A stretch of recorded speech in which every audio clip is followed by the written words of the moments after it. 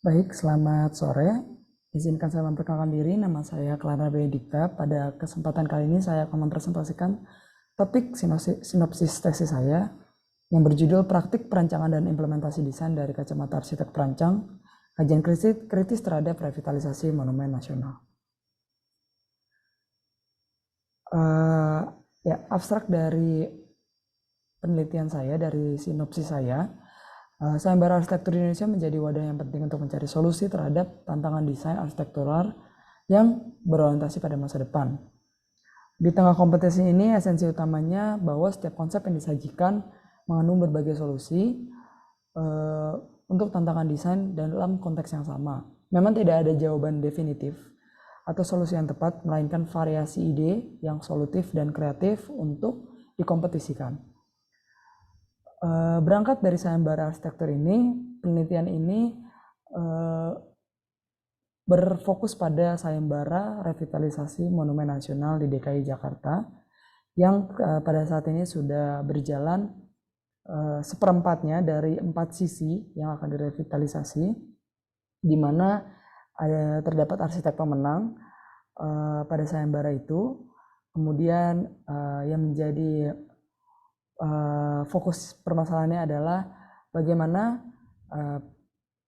pola berpikir atau strategi perancangan atau strategi perancangan arsitek pemenang sayembara untuk dapat mengimplementasikan konsep yang dia usung dari kerangka acuan berpikir sayembara, sehingga ada konsep desain yang disayembarakan lalu dapat memenangkan kompetisi sayembara revitalisasi Monumen Nasional. Pendahuluan. Sayembara arsitektur adalah kompetisi yang bertujuan mencari solusi inovatif masalah desain masa depan melalui proyek-proyek arsitektur. Desain-desain ini nantinya akan diajukan lalu mendukung solusi terhadap tantangan arsitektural atau permasalahan yang dihadapi. Kemudian kompetisi arsitektural di Indonesia ini melibatkan pemilihan rancangan terbaik berdasarkan konsep desain yang dijurikan biasanya salah satunya oleh salah satu anggota dari Ikatan Arsitek Indonesia.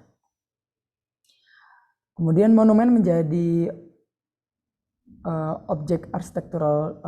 Di sini monumen seringkali memiliki karakter spiritual dan nilai ikonik, seperti yang kita ketahui bahwa monumen dapat memberikan arti ruang pembentukan atau penemuan makna pada masyarakat setempat atau menjadi representasi dari daerah tersebut. Turunannya ialah Monumen Nasional Jakarta sebagai objek utama. Penelitian ini yang dibangun untuk mengenang dan mempresentasikan perjuangan bangsa Indonesia. Sebagai bangunan publik, Monas memiliki kompleksitas yang memerlukan perhatian khusus. Dalam sayembara arsitektur untuk pembangunan monumen ini, peran arsitek sangat penting karena mereka membawa keahlian dan sejarah profesi arsitek yang dilahirkan dari kebutuhan mendesain dan merancang bangunan. Oleh karena itu, desain monumen perlu didasarkan pada ide dan konsep yang baik melalui proses seleksi yang cermat untuk memastikan kualitasnya. Lalu ada revitalisasi, di mana sayembara arsitektural diperlukan karena ada permasalahan pergeseran makna dari Monumen Nasional itu sendiri. Kemudian pada tahun 2018, Pemprov DKI Jakarta mengundang para arsitek untuk berkompetisi bersama dalam rangka sayembara revitalisasi kawasan Taman Merdeka dan Tugu Monumen Nasional. Identifikasi masalahnya. Sayembara dilakukan pada tahun 2018 dan diumumkan di awal tahun 2019. Lalu sayembara proyek revitalisasi Monumen Nasional ini dimenangkan oleh salah satu biro arsitek ternama di Indonesia, yaitu Labo de Mori Arsitek. Berikut saya lampirkan foto-foto atau pamflet atau infografis terkait sayembara Monumen Nasional. Labo de Mori Arsitek ini didirikan pertama kali tahun 2006 oleh arsitek Dedi Wahyudi dan Nelly Daniel. Labo de Mori memenangkan sayembara dengan tema Labuan Nusantara dengan master plan luas 80 hektar. Kemudian nantinya Labuan Nusantara ini akan mengembangkan area hijau atau ruang terbuka yang tadinya berawal dari melalui Kepres 25 tahun 1995, di mana hanya 53% Yang saat ini monumen nasional di tahun 2018 56%. Kemudian harapannya dalam rancangan konsepnya nanti itu wajah baru monumen nasional di area terbukanya itu mencapai 64%. Penelitian yang bertujuan untuk mengeksplor proses negosiasi arsitek hingga munculnya konsep berpikir desain yang terintegrasi dari sejarah, pembangunan monumen nasional serta keterlibatan ahli bangunan cagar budaya untuk mewujudkan kawasan monumen nasional setelah direvitalisasi dan mengembalikan nilai monumentalnya. Berikut adalah kajian literatur. Pertama, monumen. Monumen merupakan simbol suatu kota yang menggambarkan sejarah di dalamnya menurut Risen tahun 2018, sehingga sejarah yang telah tertulis secara tersirat pada suatu bangsa di bangunan cagar budaya akan datang masanya untuk direvitalisasi sehingga menjadi tetap mampu menceritakan makna yang tersirat. Namun fungsinya tetap harus progresif, menyesuaikan zaman, menurut Ivasco tahun 2019. Penelitian ini bertujuan untuk membahas lebih mendetail bagaimana proses berpikir dalam mengkaji pemikiran yang teoritis hingga terrealisasinya desain revitalisasi yang linear dengan sejarah dan mampu bermanfaat untuk masyarakat secara spasial. Selanjutnya ada sayembara. Sayembara arsitektur merupakan kompetisi untuk mencari desain yang paling solutif, melibatkan proses pengembangan hingga bisa mencapai tahap realistis. Konsep futuristik dari beberapa biro sering tidak sesuai dengan harapan klien atau pengembang. Ini menandakan bahwa desain yang diusulkan untuk sayembara tidak selalu estetika, tidak selalu bagus atau benar, namun solusi yang tepat dan yang solutif untuk permasalahan dari sayembara itu sendiri. Sayembara juga merupakan cara yang efektif untuk mempromosikan diri bagi biro arsitek baru, memberikan mereka makna kesempatan mendapatkan pencapaian baru dan dikenal oleh masyarakat. Sayembara sendiri merupakan sebuah ajang kompetisi di mana jika menang sayembara tersebut di skala tertentu, maka arsitek tersebut juga mendapatkan nilai tambah untuk bironya.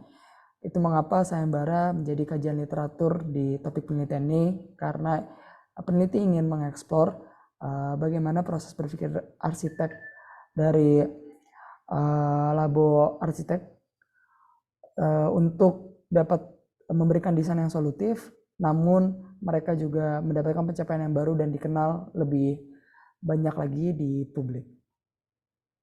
Selanjutnya ada praktek perancangan dan implementasi desain. Desain sebagai disiplin akademik sudah ada sejak tahun 1960-an. Desain sendiri memiliki dua pemikiran secara teknis yang berbeda. Sudut pandang argumentatif dari akademisi maupun sudut pandang dari praktisi. Pada kajian literatur praktik perancangan dan implementasi desain ini, peneliti menemukan bahwa proses desain dari perencanaan hingga perancangan pada saat itu terdapat teori-teori yang banyak dikemukakan oleh akademisi, namun bergeser pada saat implementasi desain di konsep di arsitek yang berpraktik. Nah, kajian literatur praktik perancangan dan implementasi desain ini akan menjadi salah satu pedoman bagi peneliti nantinya ketika menganalisa data, bagaimana arsitek Labo de Mori mampu mengimplementasikan konsep dan teori dari akademisi sehingga terintegrasinya akademisi arsitektural dengan arsitek-arsitek yang berpraktik di biro-biro saat ini, dan linear sesuai dengan konsep sayembara yang dikompetisikan. Selanjutnya ada kacamata arsitek. Di Indonesia, arsitek mengenal arsitektur lebih sering mengacu pada arsitektur Eropa dan Amerika. Strategi desain yang tetap linear dengan objektivitas bangunan yang akan dibangun, terutama pada sayembara, diharapkan menurut arsitek Prijotomo, ini diharapkan bahwa identitas arsitektur di Indonesia tidak melulu mengacu pada arsitektur Eropa dan Amerika. Sehingga brainstorming arsitek di belakangnya sebelum melakukan implementasi desain untuk sebuah sayembara atau untuk sebuah bangunan yang monumental, ini diharapkan linear sesuai dengan identitas arsitektur Indonesia yang progresif, tidak dicampur atau tidak diikutsertakan oleh gaya Amerika Eropa, karena terjadi di Indonesia bahwa arsitektur di Indonesia lebih sering dikenal dengan campur tangan arsitektur Eropa dan Amerika. Signifikansi penelitian, praktik perancangan dalam sebuah desain revitalisasi dapat memberikan kontribusi yang signifikan untuk pelestariannya warisan dan identitas nasional. Sayembara menjadikan medium. Sayembara merupakan medium di sini untuk menyalurkan konsep desain dan berkemungkinan diaplikasikan dalam perwujudannya. Maka signifikansi penelitian ini berangkat dari bahwa sayembara bukan hanya menjadi wadah arsitek berkarya dalam sebuah kompetisi arsitektur untuk menggagas desain terkait revitalisasi Monas, tetapi bagaimana proses gagasan sebuah desain dari hilir ke hulu hingga implementasinya dalam proses pembangunan. Tujuan kontekstualnya itu mengetahui proses berpikir arsitek dalam mendesain untuk sayembara revitalisasi Monas.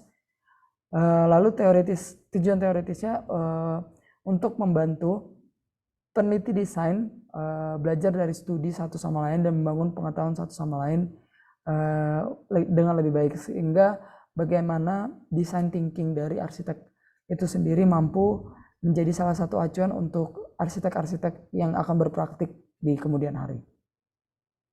Pertanyaannya, bagaimana proses berpikir arsitek dalam mendesain untuk sayembara revitalisasi Monas? Bagaimana eksplorasi proses negosiasi arsitek hingga munculnya konsep berpikir desain yang terintegrasi dengan sejarah Monas? Lalu sejauh apa keterlibatan tenaga ahli cagar budaya dari hilir ke hulu hingga perwujudan pembangunan revitalisasi Monas? Lingkupnya pemikiran arsitek dalam proses berpikir hingga dapat mewujudkan sebuah desain untuk revitalisasi Monas. Lalu objeknya itu pemenang sayembara, yaitu Labo Arsitektur yang dipimpin oleh Dedi Wahyudi dan Nelly L. Daniel. Strategi penelitiannya, penelitian ini menggunakan pendekatan kualitatif, di mana penelitiannya bergantung pada bukti non-numerik serta verbal, melakukan wawancara hingga pengalaman daripada objek peneliti, yaitu arsitek pemenang sayembara. Ada berkemungkinan untuk menganalisis dari dokumen sayembara juga, yaitu analisis konten.